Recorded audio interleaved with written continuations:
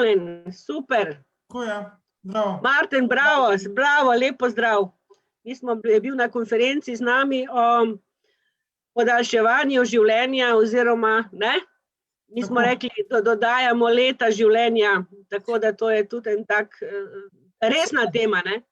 Me veseli, da je ta tematika pritegnila toliko poslušalcev in pozdravljam tudi vse tiste, ki nas spremljate v živo prek Facebooka na današnjem dogodku Kaj pa medgeneracijska solidarnost.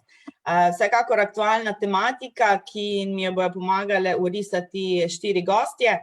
Zaslužna profesorica dr. Jana Gorjup, tudi predstojnica katedre za socialno gerontologijo na Alma Mater Europeja. Lepo pozdravljena. Lepo pozdravljeni.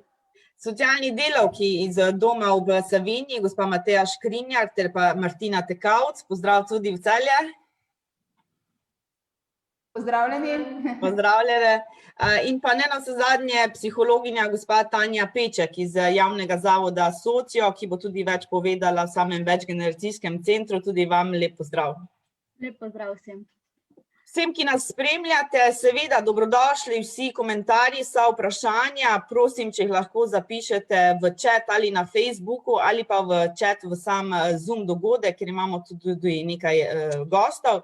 Tako da bomo lahko potem v zaključnem delu prav tiste debate na njih odgovorili in res se posvetili vsem, kar vas zanima in želite vprašati vse naše strokovnjakinje. Tako da na tej točki bom najprej vas pozvala, dr. Gorjupova, da teoretično ali pa konceptualno mogoče malce zarišete, kaj sploh je medgeneracijska solidarnost in kako jo naj razumemo. Ja, hvala lepa. Jaz bom šerala tole situacijo že iz fotografije, je pravzaprav, oziroma take skice je videno, da ljudje živimo vendarle v družbi, čeprav je postmoderna in izrazito potrošniška orientirana, ki pa ima neke skupne točke za vse generacije, če rečemo. Zdaj, teme, ki se nanašajo na staranje populacije, so postale v zadnjih letih zelo popularne. Nenazadnje, kot veste, 27. januarja letošnjega leta je Evropska komisija tudi sprejela in objavila dokument, ki je za današnjo diskusijo tudi zelo pomemben, torej o staranju. V medijih je velikokrat osrednja tema ravno napoved prihodnosti in kakšne so vse negativne posledice, ki jih staranje seboj prinaša. Pri tem moramo izpostaviti, da se staramo na različne načine, torej da se morfološko, telesno, duševno staramo pravzaprav zelo individualno vsak posameznik, da se pa staramo tudi družbeno, kar nenazadnje ima posledice na številne socialne sisteme tudi naše družbe. Jaz sem na en tak zelo kratek način predstavila, samo malo, bom rekla podatke, ki so zelo jasni, kako Evropska komisija pravzaprav napoveduje staranje do konca tega stoletja. Vidite, da populacija, ki smo ji rekli, ali pa ji imenujemo populacija baby boomerja, ima še največjo opcijo, da pravzaprav doseže tisto starost, ki mi rečemo že blizu 5. življenjskemu obdobju oziroma k centauri. Prav tako, ko govorimo o strukturi populacije glede na večje starostne skupine, vidimo, da bomo se v Evropi in s tem tudi v Sloveniji soočali s problemom delovne aktivne populacije, kar je za starejše, ki bodo seveda prejemniki tudi situaciji pokojnin še kako zelo pomembno. Tudi ko govorimo o prebivalstvu piramide Slovenije, ugotavljamo, da ta ni več čista vaza, ki je bila značilna za recimo 90. leta pa prvo dekado tega stoletja in da imamo situacijo, da se ženskam povprečju življenjska doba daljša, kot bomo videli potem naprej, moški pa seveda iz različnih kotov ali pa vzrokov v bistvu ne podaljšuje tako, kot bi pričakovali. Ko me pred leti študent medicinske fakultete vprašal, zakaj ženske živimo v povprečju dlje, me je dobil zelo nepripravljeno in sem rekla preprosto zanalašč. No, ni to zanalašč, ampak preprosto je biomorfološka struktura telesa žene, če vzamem ta termin, drugačna, kot je recimo pri moških. V Sloveniji se soočamo tudi s problemom nizke rodnosti, kar vsi vemo. Vemo, da mi bi želeli, da bi se vsaj, obnavljala nacionalna struktura prebivalstva, da pa, kot vidimo, se podaljšuje tako imenovano oziroma prestavlja postponed motherhood oziroma odloženo materinstvo, ki predstavlja večji problem kot odloženo očetovstvo. Oboje pa tvori seveda tudi odloženo starševstvo in nenazadnje, ker se srečujemo tudi z medicinskimi problemi, fertilnosti mladih ljudi v tem obdobju, ki pada iz različnih zornih kotov, ne samo zaradi stresa, imamo seveda situacijo, da se bo do leta 2060 podaljšala življenjska doba pri ženskah, kot vidite, kar na 89 let, ne, pri moških pa na 84 let. Hkrati imamo podatke, da deklice, ki so rojene v tam obdobju te dekade, torej 2010 dalje, bodo lahko v povprečju, vsaj taki so latentni izračuni, v bistvu v povprečju dosegle 102 leti. Hkrati ugotavljamo seveda, da nam številni delež mladih do 19. leta, pravzaprav zanimivo, ne, bo ostajal nesprejemljen. Vendar pa bo delež aktivnega prebivalstva, ko sem rekla prej, padel pravzaprav zelo na nek način opazno in da se bo delež starejši, ki že zdaj znaša skoraj petino slovenskega prebivalstva, torej v 3. in v 4. ter 5. življenjskem obdobju, zdaj bo znašal recimo okrog 28,3%. Pomembno za naše socialne sisteme je to, da se bo razmerje med zavarovanci in upokojenci sicer znižalo, ne, kar recimo nekateri ekonomisti, skupina Basten in podobni, zdaj bijajo plat zvona, ker imamo zdaj 1,6, ne, da se bo znižalo na 1,0. Vendar pa se bo starostna odvisnost starejših, ne, v bistvu dvignila in to kar opazno, kot vidite, iz 30,5 na 56,5.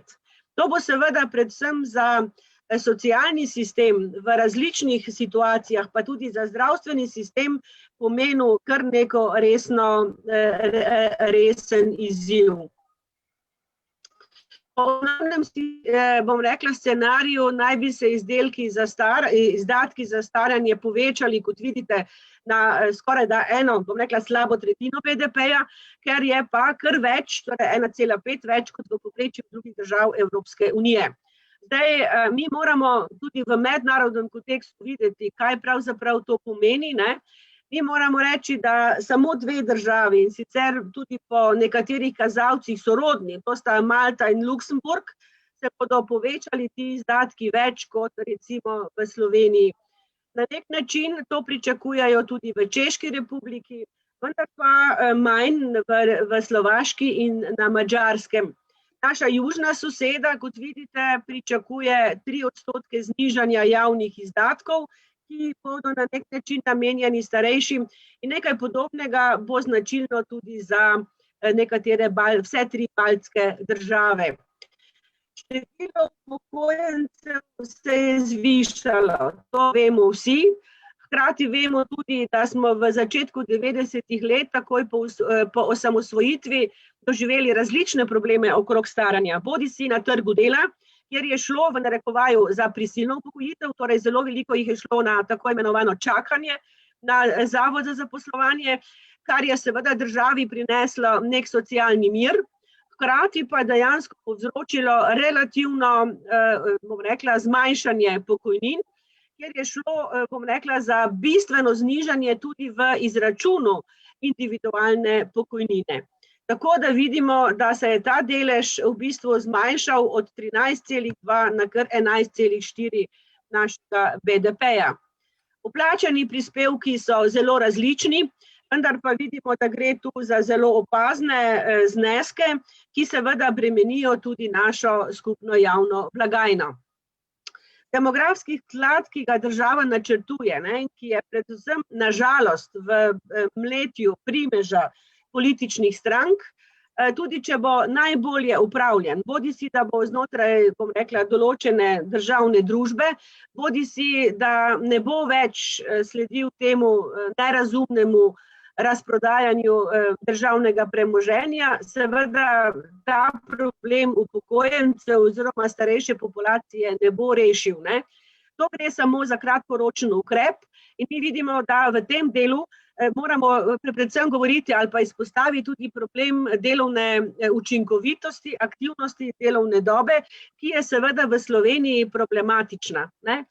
Država je sicer sprejela, kot veste, lani, čeprav že pred tudi 8 leti, malo drugačen, ampak soroden ukrep, da lahko tudi starejši ljudje, ne, ki se upokojijo, če je seveda volja delodajalca, nadaljujejo svojo delovno aktivnostjo in v določenem obdobju od 3 do 5 let seveda tudi dobivajo temu primerno plačilo.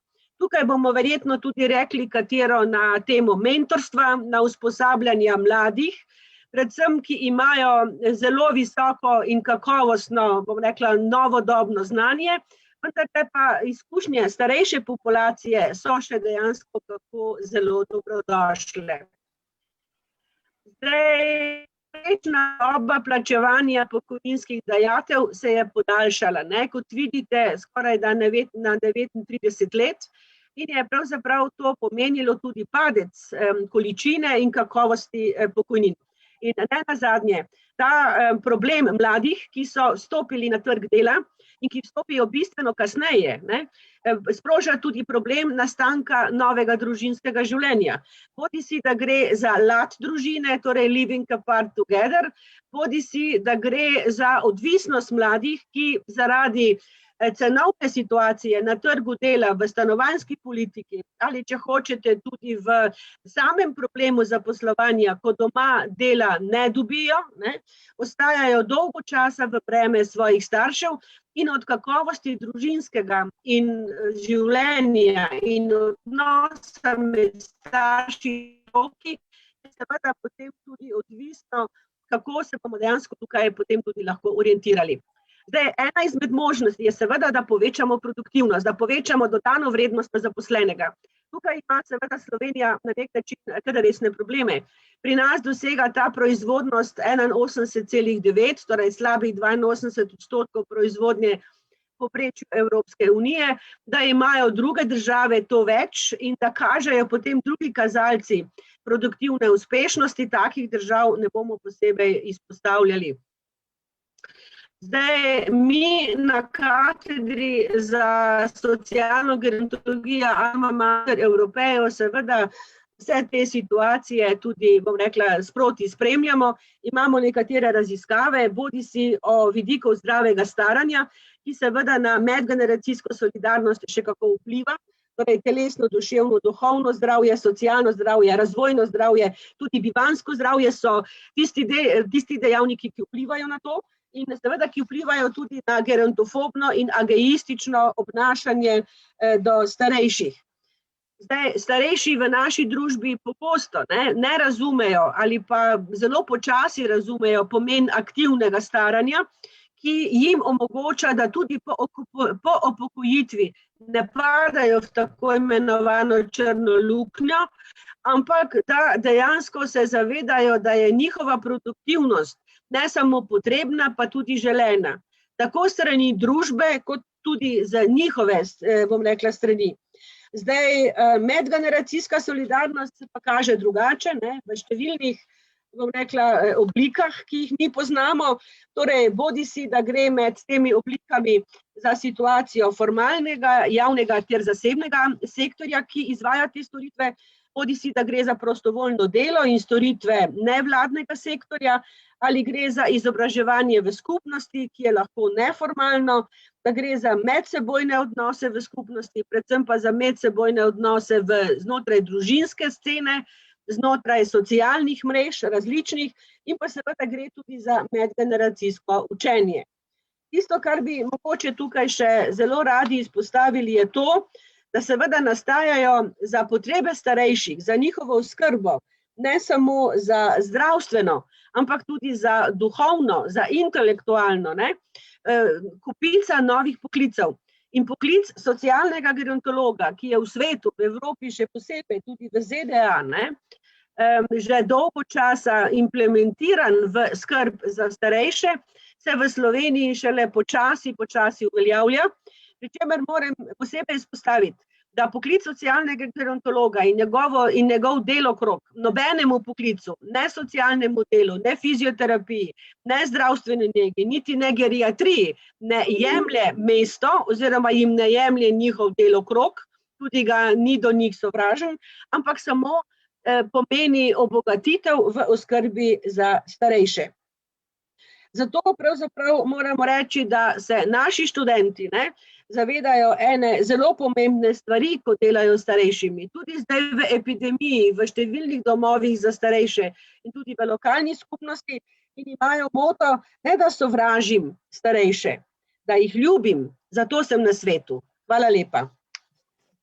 Hvala lepa, dr. Gorjupova. Tako za demografske kazalnike, kot tudi seveda za ekonomske kazalnike, žal mogoče lahko strneva, da Slovenijo v evropskem merilu postavlja v zatilje, zarepje.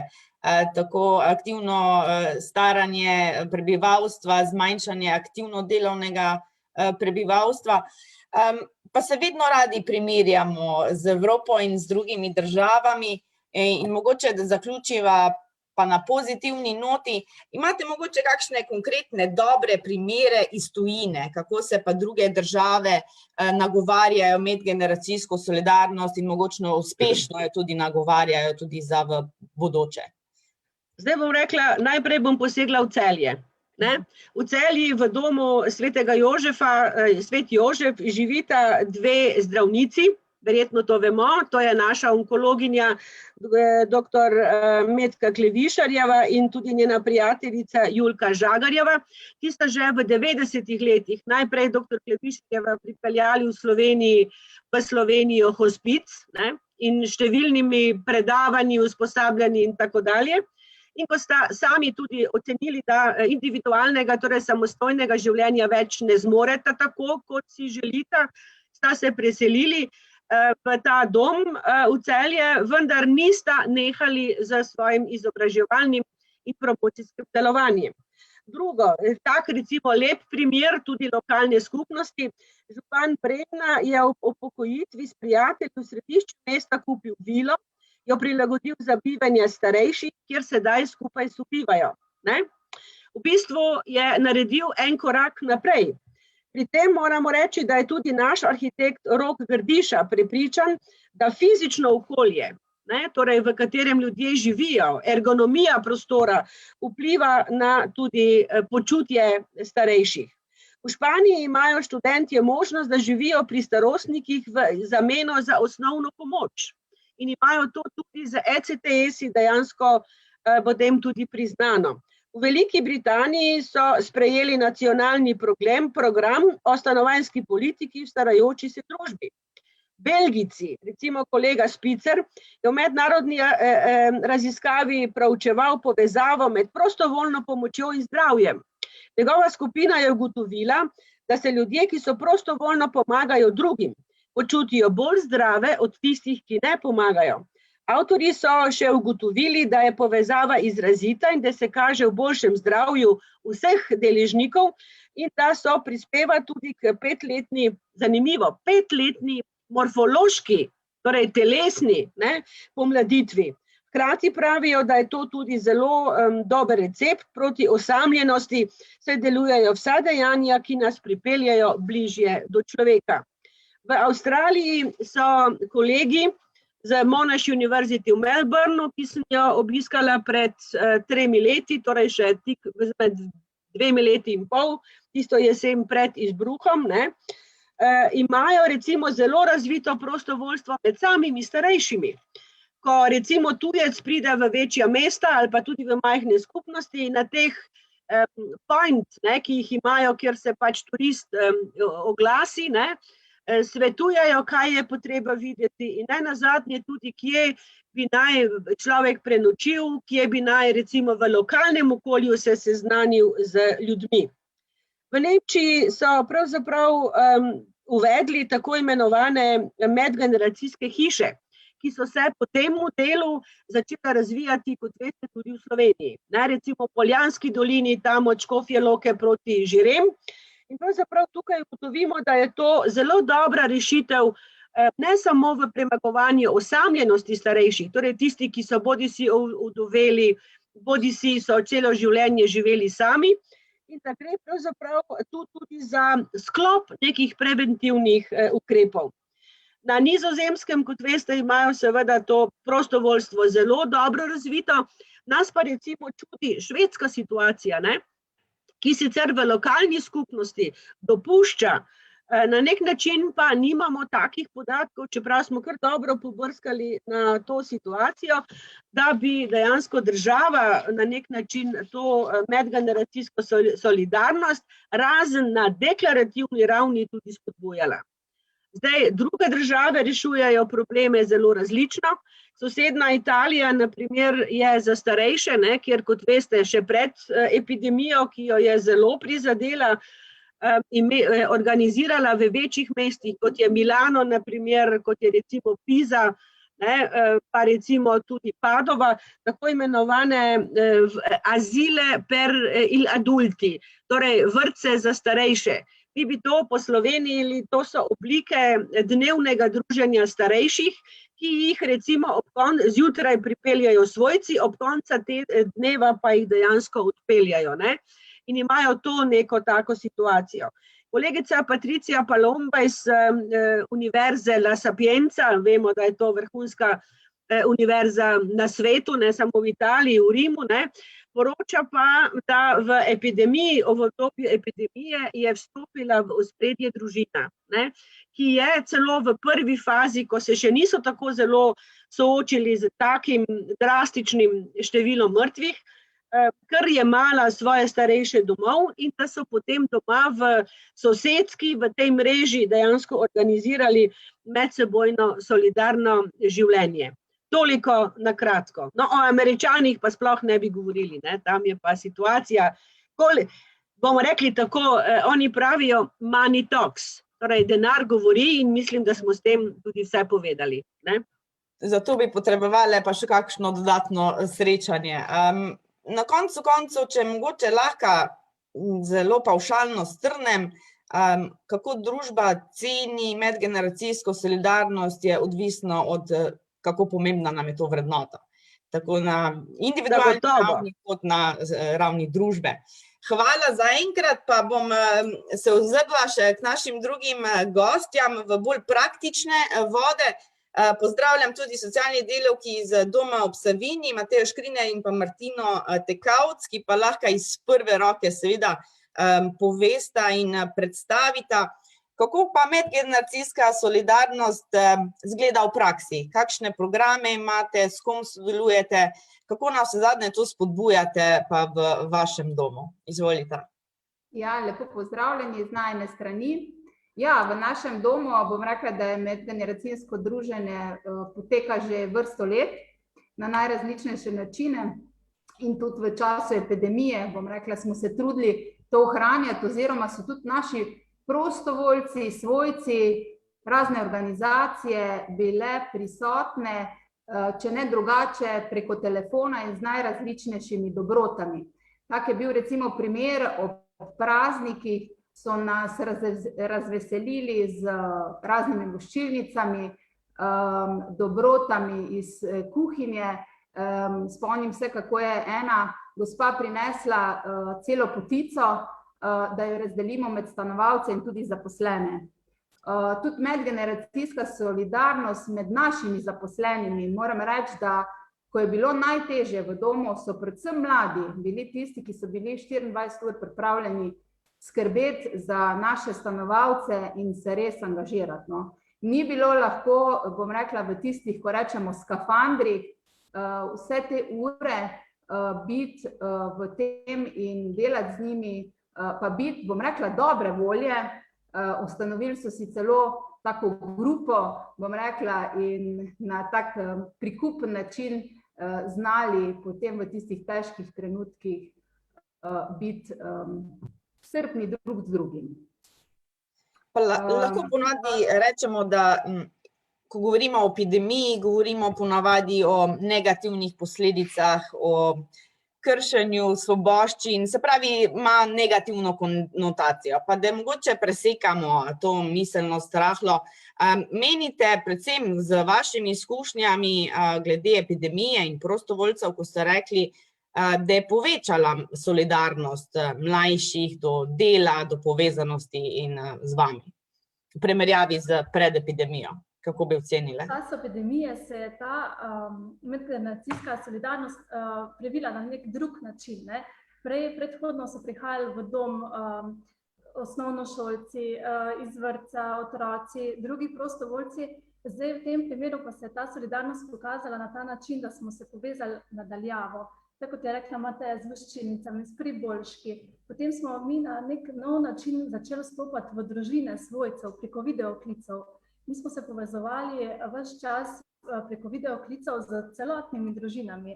Ne, da smo poklicali samo enega od svojcev, ampak to so bili družina zbrana, to so bili vnuki, pravnuki, na ta način so se povezovali. Prostovoljci so nam pokazali pripravljenost, da so opravljali telefonske pogovore z našimi stanovalci.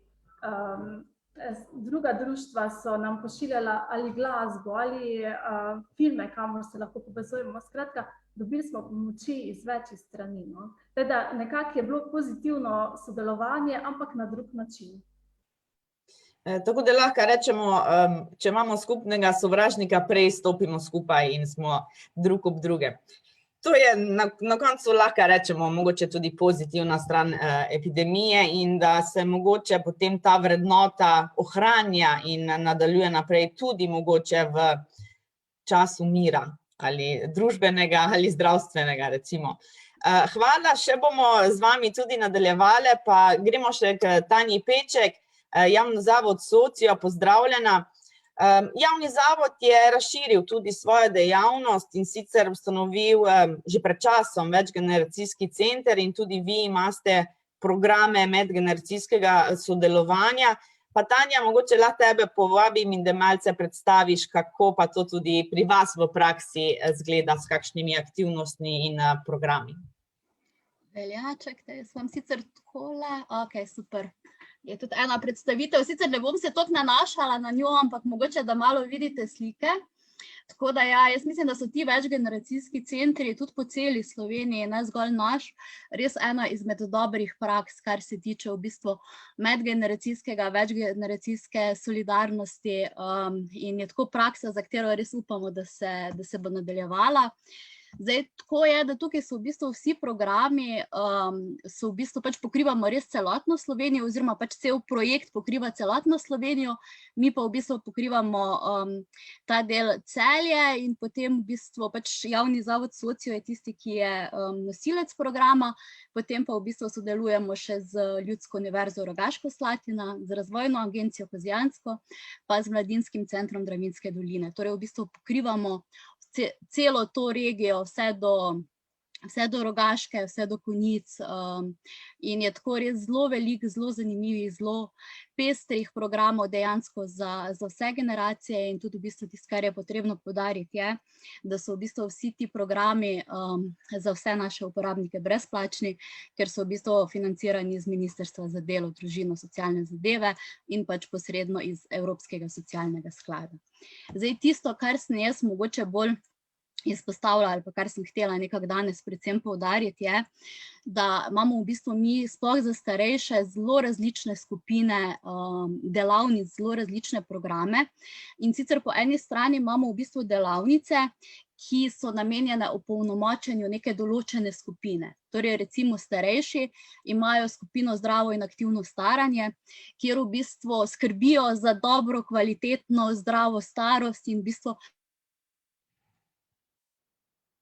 pomagajo drug drugemu, se družijo, se povezujejo, imajo razne programe za zdravo življenje, so tudi v bistvu prostovoljci, grejo v vrtec, naredijo kako aktivnost za otroke in tako naprej.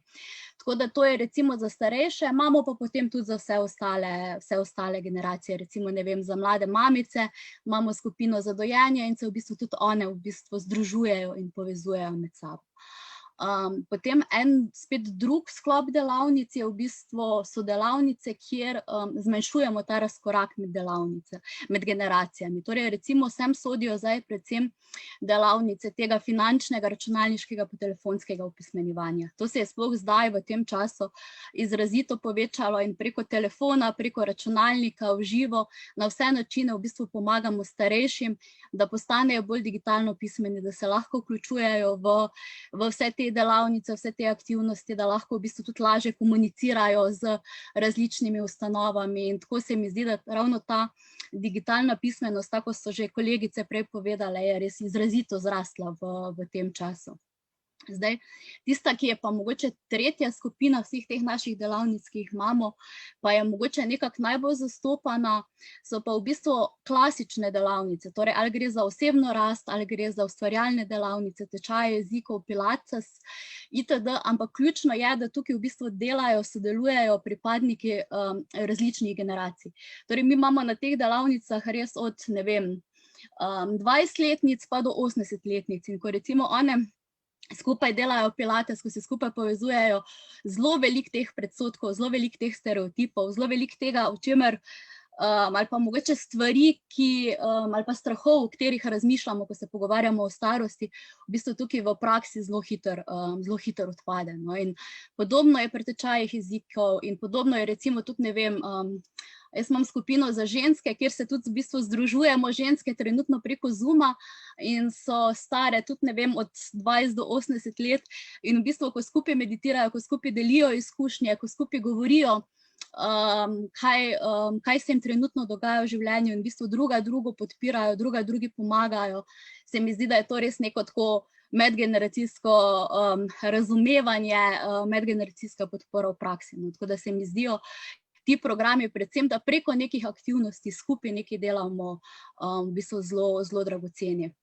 So pa potem mogoče tudi kakšne bolj tipične te medgeneracijske delavnice, ko recimo, ne vem, starejši pripravijo delavnico kuhanja za otroke ali pa z otroci, ali pa ko naprimer naredijo delavnico ličkanja, kar je sicer bilo vse malo bolj aktivno v teh predkoronskih časih, zdaj pa malo spreminjamo, pa v bistvu prilagajamo na to digitalno dobo.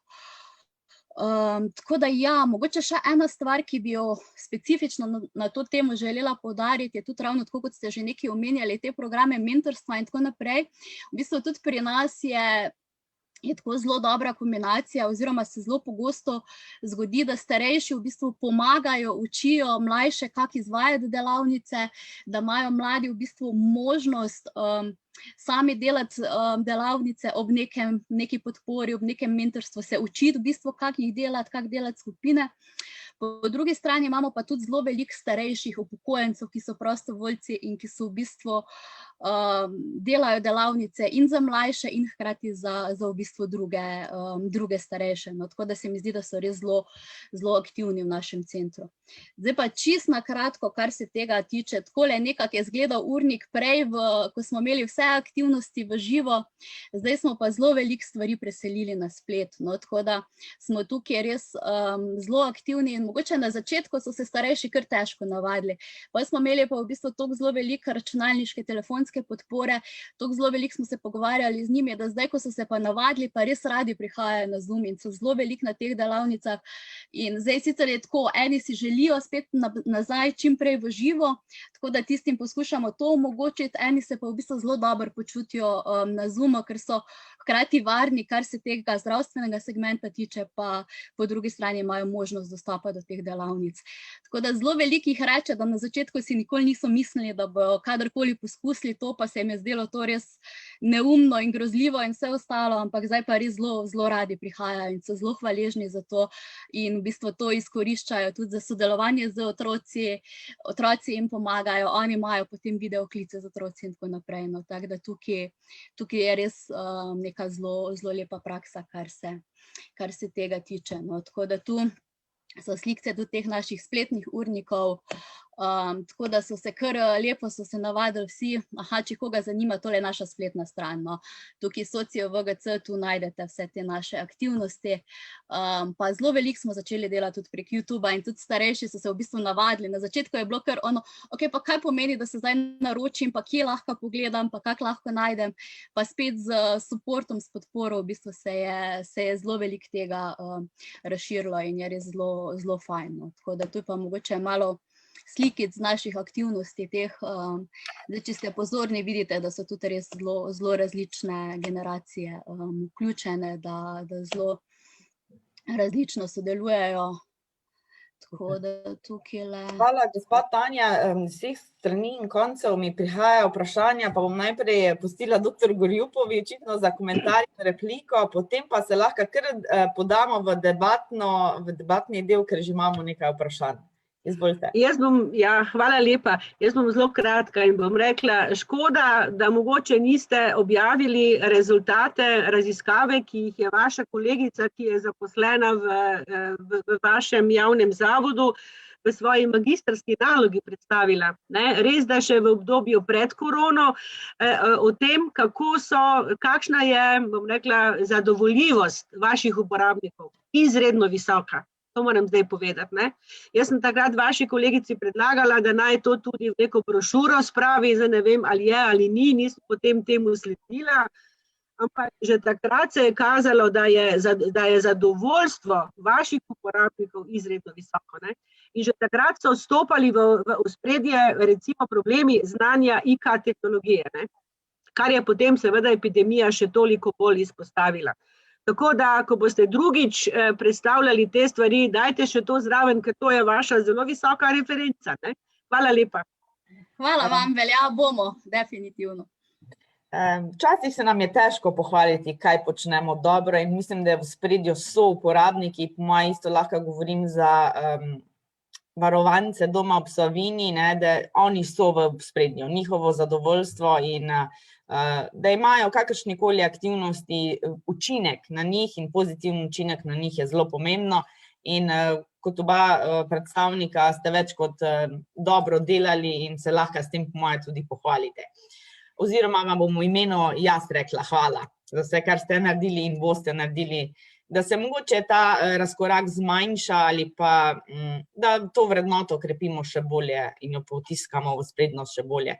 Ok, pa imamo prvo vprašanje in sicer za gospod Tanjo je vprašanje, kako pridete do starejših uporabnikov? Predpostavlja oseba, ki je to postavila, da težje dostopate do njih. V bistvu imajo zelo dobro mrežo tudi med sabo, se mi zdi, da nas res dobro poznajo in da je najbolj klasično, da v bistvu ponavadi povabijo še kako prijateljico, prijatelja in na ta način v bistvu nas poznajo, da pridejo k nam.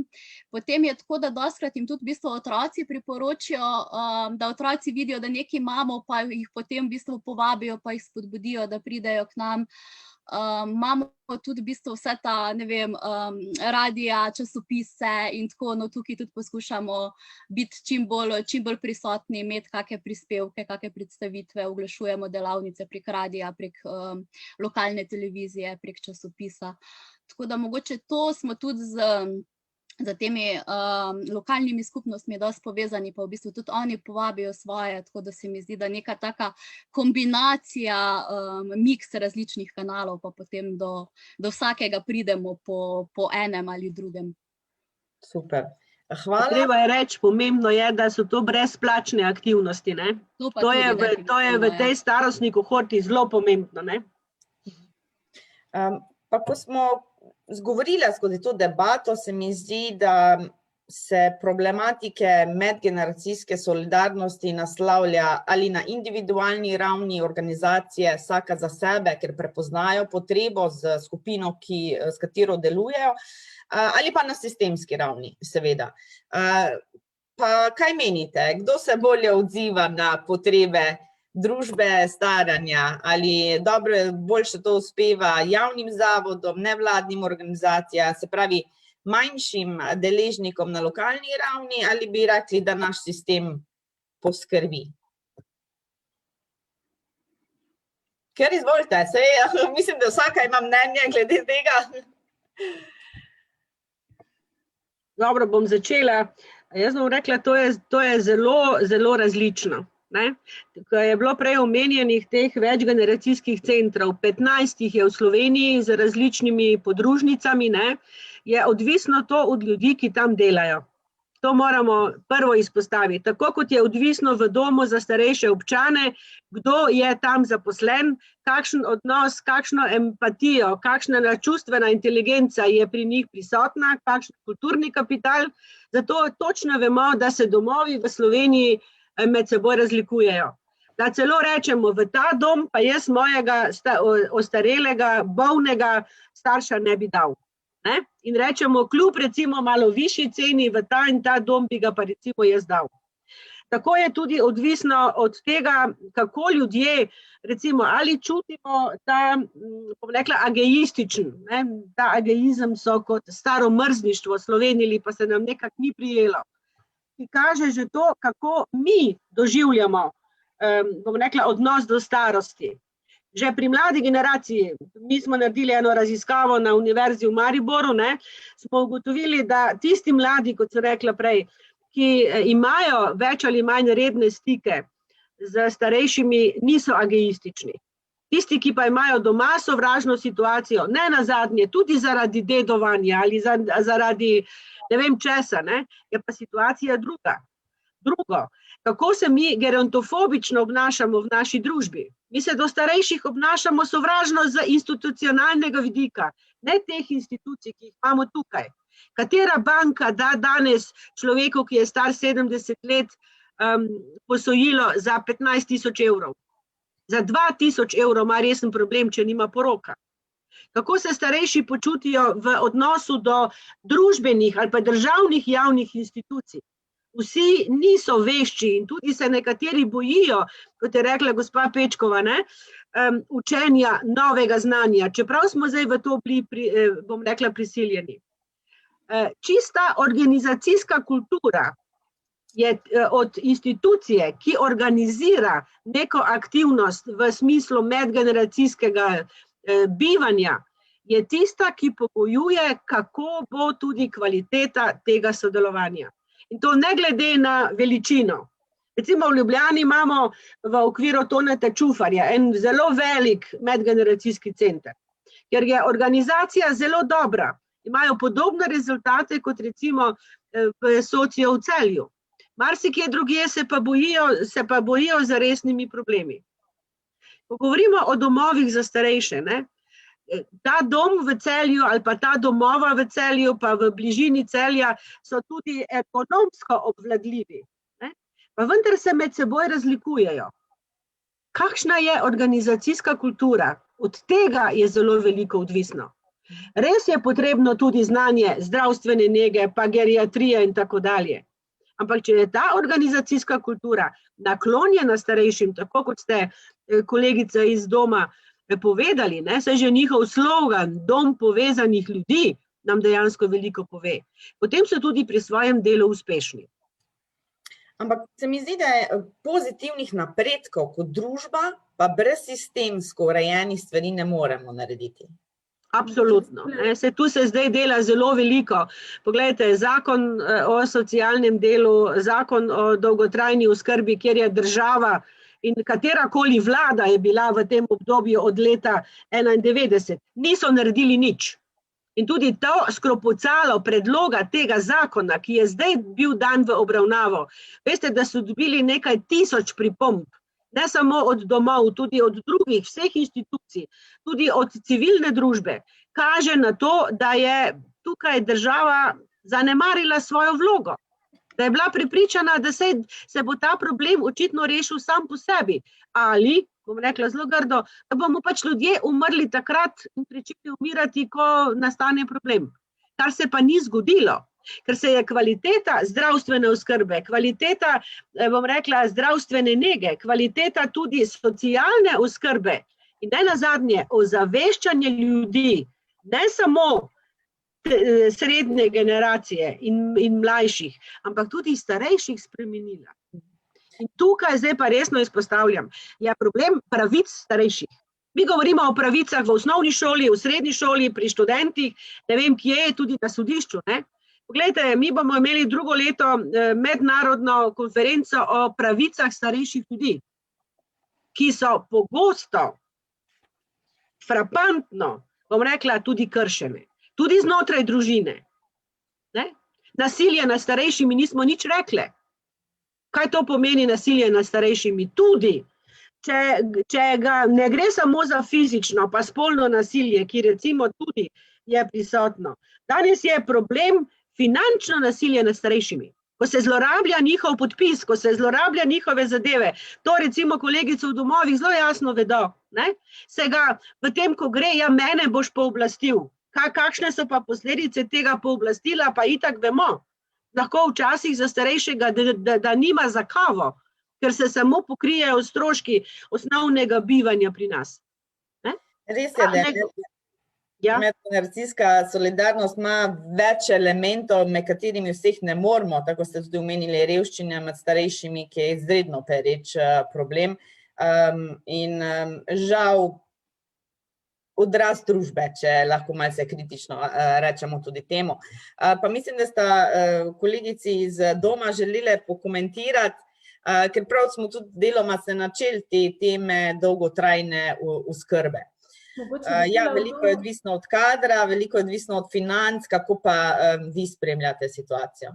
V domu prepoznavamo ne le potrebe v domu samem, ampak tudi v domačem okolju po storitvah. Zato nudimo neko paleto različnih storitev v domu, ne samo kot dom sam, ampak s pomočjo na domu, z dnevnim centrom, potem s centrom za krepitev spomina. Zdaj več pozornosti v prihodnje vlagamo tudi v to, da bi poskrbeli za čim več začasnih namestitev. Mi vemo, da svojci potrebujejo začasno namestitev 14 dni, en mesec. Človek pa si želi živeti v domačem okolju, kar lahko prijemo nasproti. Zato delujemo tudi širše, ne samo v smislu samega doma.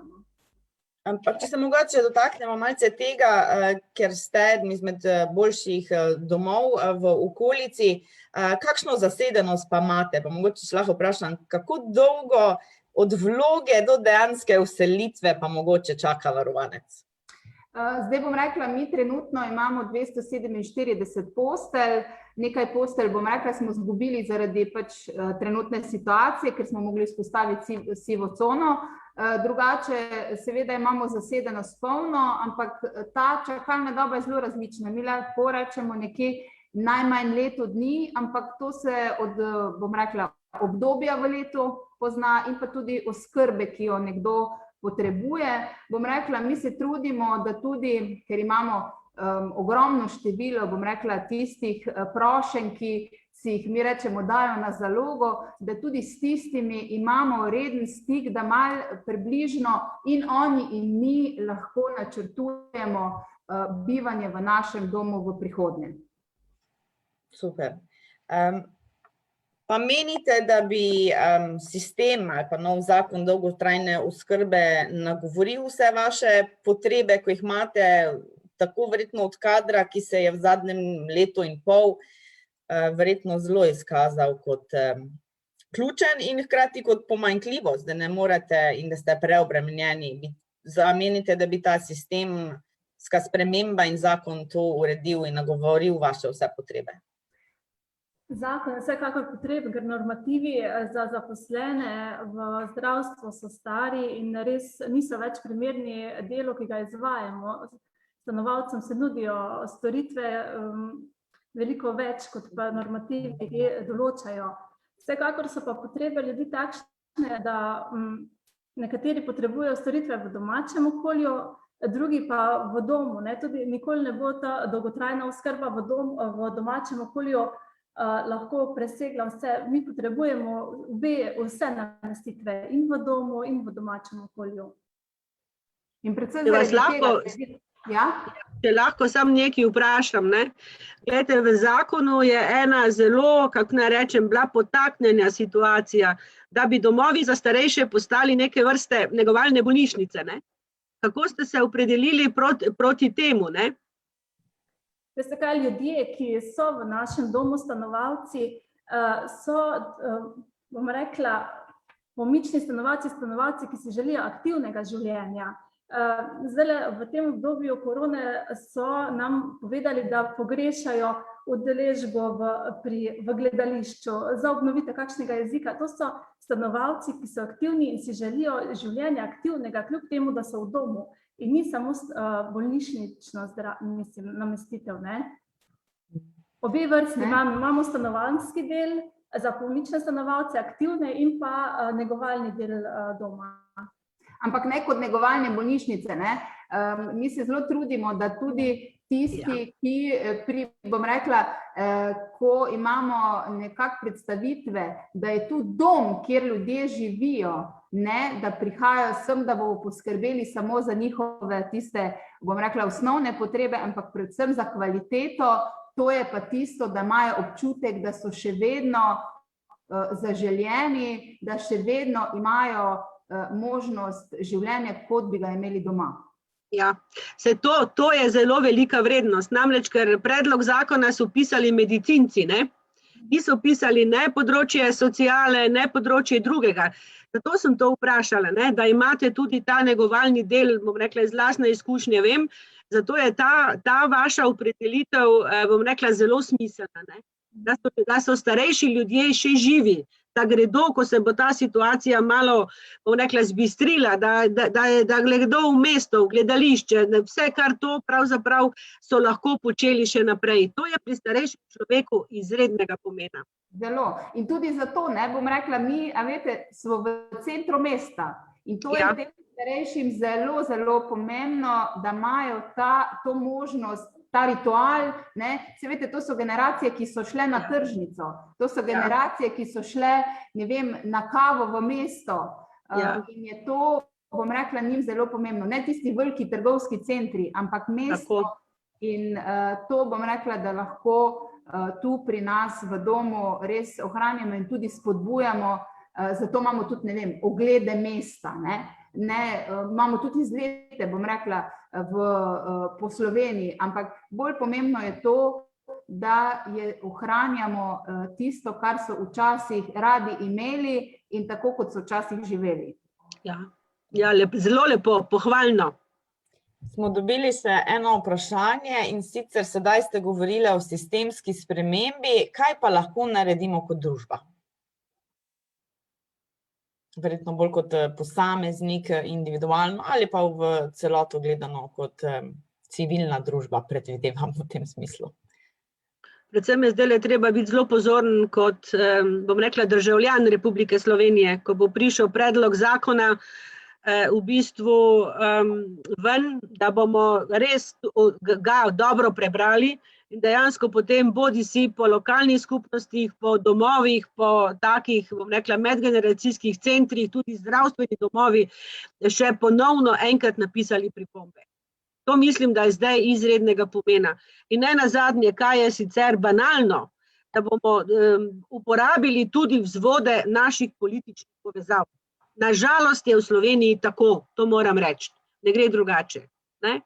Hvala, Martin, ker si nam dal bom rekla, ta link, da ga vidimo. Namreč midva z Martinom sva organizirala marca tudi konferenco na to temo podaljševanje življenja, kar je ena izmed ključnih vidikov.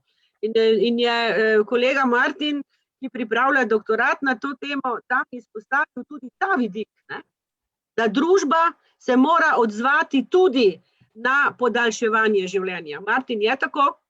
Ja, in s tem je tudi, kakor sem napisal, reševali te demografske spremembe in probleme. Če stari ljudje lahko so dalj časa vitalni in polni energije, lahko s tem veliko pripomorejo sebi in družbi. Tako. Hvala, ker Martin ste tudi videli, da si dal povezavo na konferenco o prihodnosti Evrope, malo bo lansirana 9. maja, uradna otvoritev in januarja je Evropska komisija tudi objavila zeleno knjigo o staranju, kjer nakazuje na neke pomanjkljivosti oziroma predvsem pa išče nove načine, kako nasloviti to področje. Je pa res, da se tudi najdemo v precepu, ker na koncu tako zdravstveni kot zdravstveni sistem oziroma pokojninski in zdravstveno zavarovanje sto v domeni držav članic, ne. In tu bo večji problem usklajevanja na evropski ravni, ker te pristojnosti pa v tem oziru nima, lahko bolj v posvetovalni vlogi. Ampak ne navsezadnje je, mislim, da to, kar je že na začetku dr. Gorjupova povedala, z demografskimi trendi, ki kažejo v določeno smer, se celotna Evropa spopada in bo problem celotne populacije. Izvolite. Predlog tega dokumenta je tudi, kar bomo zdaj razpravljali tudi v tem, da bi se naj v vseh državah članicah ustanovilo ministrstvo za seniorje, ne? Poglejte, mi imamo to ministrstvo za delo, družino, socialne zadeve in enake možnosti, ne? Mi smo takoj po osvoboditvi imeli samostojno ministrstvo za družino, kjer smo imeli tudi direktorat za starejše. Vsega imamo še zdaj, ampak dejansko je to ministrstvo en tak, bom rekla, konglomerat kompleksnosti, ki ne obvladuje več celotne situacije. In ta predlog, ki smo ga podprli tudi mi na Almi Mater, potem skupina zaslužnih profesorjev Univerze v Mariboru, v Ljubljani, pa tudi drugod po svetu, ker se z kolegi, bom rekla, povezujemo, je ta, da bi res bilo potrebno ustanoviti, organizirati ministrstvo za starejše, ne? To bi bil tudi en tak napredek. Da ne bi šlo samo za to, da je to neko posvetovalno telo, ampak da bi, bom rekla, druga majoritetna populacija vendarle ugotovila, da je to še kako pomembna populacija v vsej svoji pestrosti. Namreč, v čem je en catch? Da mi mislimo, da so starejši zelo homogena družbena skupina. Pa niso, dragi moji, to vi itak veste, zelo različni, ne? Tretje, četrto, peto življenjsko obdobje. Da so tu znotraj ljudje z različnimi potrebami, zelo z različnimi, bom rekla, morfološkimi in intelektualnimi sposobnostmi. In da bo tu treba nekaj narediti in država bo to morala spremeniti. Ker sicer se bo zgodilo to, kar se je zgodilo v sosednji Italiji. Sistem se jim bo sesul. Smo že prešli v zaključni del in sicer v predloge. Ne? Debate so vedno dobrodošle, predlogi so pa še pomembnejši, se mi zdi tudi, da se prenesejo naprej, ker tudi del tega dogodka je, da kot organizator Europe Direct Savinjska bomo poročali o izsledkih, o naših ugotovitvah in predlogih tudi na predstavništvo Evropske komisije v Sloveniji ter naprej. Tako da kdorkoli, tudi tisti, ki nas spremljate, vabljeni, da predloge, komentarje zapišete v chat ali pa nam tukaj sedaj delite, da še malce pokomentiramo. Tako da vabljeni vsi, če še imate kakšen predlog, kako nasloviti to področje, vsekakor smo se res malo bolj orientirali na starejše, ne, ampak medgeneracijsko sodelovanje v osnovi pomeni saj sodelovanje dveh ali več generacij. Ne, tukaj smo mogoče mlade malce Mogoče tu ena taka tudi dobra izkušnja. Pred epidemijo smo imeli tudi z, bom rekla, generacije oziroma tistimi, ki v življenju še iščejo svoje poslanstvo. Tu mislim na zavod. Bom rekla, da smo imeli res dobro izkušnjo sodelovanja, kjer so mladi prihajali v naš dom enkrat tedensko in ob druženju s harmoniko, ob raznih aktivnostih smo marsikomu dali, bom rekla, en občutek sprejetosti in pa tistega, da v življenju lahko naredi korak naprej. In bom rekla, to povezovanje pri nas je zelo res od vrtca naprej, dajemo nekak zgled, da so starejši tisti, ki nam dajo v življenju neko usmeritev lahko in moram reči, da mi imamo zelo dobre izkušnje s tem, no. Jaz tudi vedno, ko imamo, bom rekla, srečanja z srednješolci ali pa osnovnošolci, ki imajo željo po druženju z našimi stanovalci, rečem, predstavljajte si obisk, kot da obiščete dedka ali babico. To naj bo tisto vodilo pri tem prostovoljstvu. In prisluhnite mu, ne, ker oni vam dajo lahko, mogoče, ne vem, vas naučijo nečesa, kar mogoče drugače ne bi znali, ali pa za kako zgodbo govorijo o stvareh, ki jih danes ne najdemo več, ali pa jih ne moremo več videti, tako da je to, se mi zdi, z naše strani en tak dober občutek, ki ga lahko damo mlajšim. Ne samo dober občutek, za take stvari vam moramo čestitati. Namreč, v čem je problem? To, kar ste dosegli, nima nobene zakonske osnove v naši zakonodaji, v izobraževalnem sistemu, ne v vrtcu, ne v osnovni, ne v srednji šoli, da potem tudi naprej ne govorimo. In tukaj bomo morali mi, ko je bilo prej vprašanje kot družba, kaj spremeniti. Ne predmet, da se bo nekdo naučil na pamet, kaj pomeni tretje življenjsko obdobje, ampak kako pristopiti v praktičnih primerih. Mi recimo naši študenti, mi smo organizirali recimo še lani pustovanje za starejše iz cele Slovenije na Ptuju. Vprašajte, kaj jih je bilo in kakšna čaga. Ob, bom rekla, Božiču, pišejo pisma starejšim. Naša doktorska študentka Ana Petrič, ki jo verjetno vsi poznate kot zelo tako humanitarko, kaj vse dejansko organizira. Da ne rečem, da sem zelo ponosna, da imamo študente, ki so delali v najhujših fazah, v domu v Ljutomeru, na Ptuju, ne vem, v Mariboru, kjer vse. In da so to že prvi kazalci, da naši mladi čutijo do starejših. Da pa se učijo, ta transfer smo mogoče danes malo premalo izpostavili. Kaj vse nam lahko starejši, bom rekla, bogatega dajo nam srednjim ali pa še mlajšim generacijam. Opravljali so poklice, ki jih danes več ni, recimo slamorezec. Nekatere poznajo recimo neke podatke o nekih dogodkih. Jaz recimo nisem dolgo časa vedela, da je bil Franjo Tudžman v Narodnem domu na sestanku z gospodom prvim predsednikom Kučanom. To mi je povedal nekdo, ki je star zdaj 90 let. To mimo grede kot banalni primer. In tukaj bi mi lahko pravzaprav dobili tudi nek drugačen uvid v zgodovino kraja, v zgodovino naroda.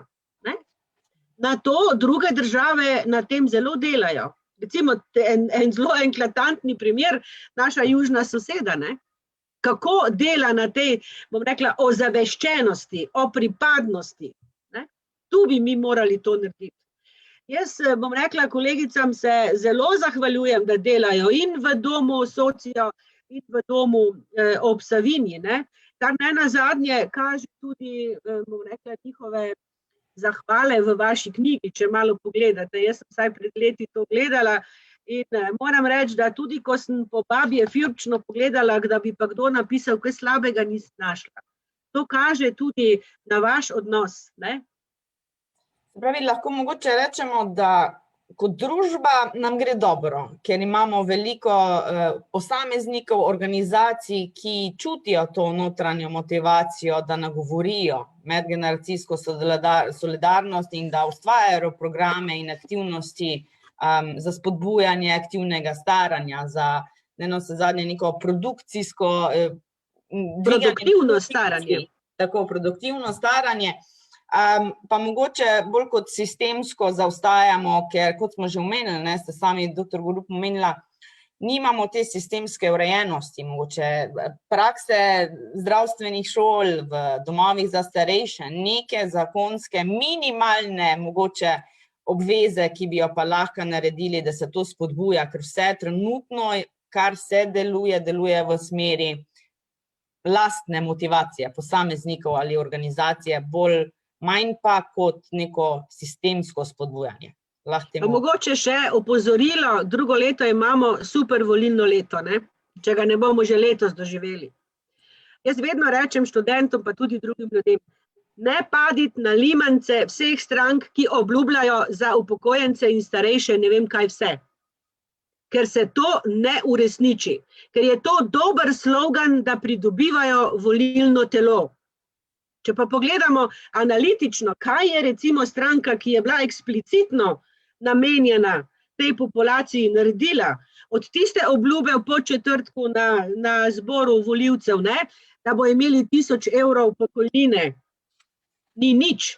Da o drugih stvareh, ki so jih obljubljale različne stranke, tudi je bore malo. Ne? In da tukaj moramo mi kot civilna družba dejansko biti pozorni in dejansko res izsiliti od aktualne politike, katerekoli barve že, da bodo vendarle začeli razumeti, da so to se živi ljudje, ki so ustvarili temelje v nekih drugih, težjih časih, zato, da lahko mi danes živimo tako, kot živimo.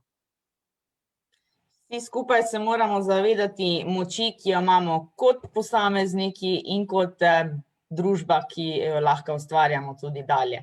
Na tej točki se iskreno zahvaljujemo vsem gostjam, vsem vašim komentarjem, ki so prišli in ne nazadnje, mislim, da je pomembno, da se tovrstni dogodki razvijajo in izvajajo, da osvetljujemo tematiko in pozornost namenjamo tako, kot vsi se spodobi.